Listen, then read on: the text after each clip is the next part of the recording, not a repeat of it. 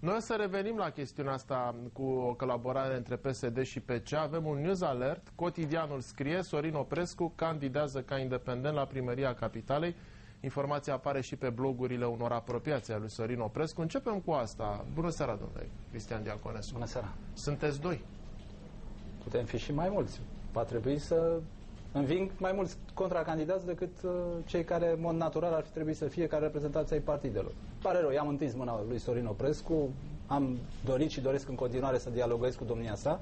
Dacă se constituie în contracandidat, mă voi poziționa ca atare, să fie foarte clar. Dar știați de această treabă? Bine, sigur că știam niște discuții, știam niște zvonuri. Deocamdată să vedem dacă domnul Oprescu va reuși să-și adune semnăturile, probabil că da. Dar dincolo de acest lucru nu am de făcut decât să câștig primăria și împotriva domnului Oprescu. Da, eu vă propun următoarea discuție. Sorin Oprescu, probabil candidat independent, probabil va trebui să plece din PSD dacă dorește să candideze.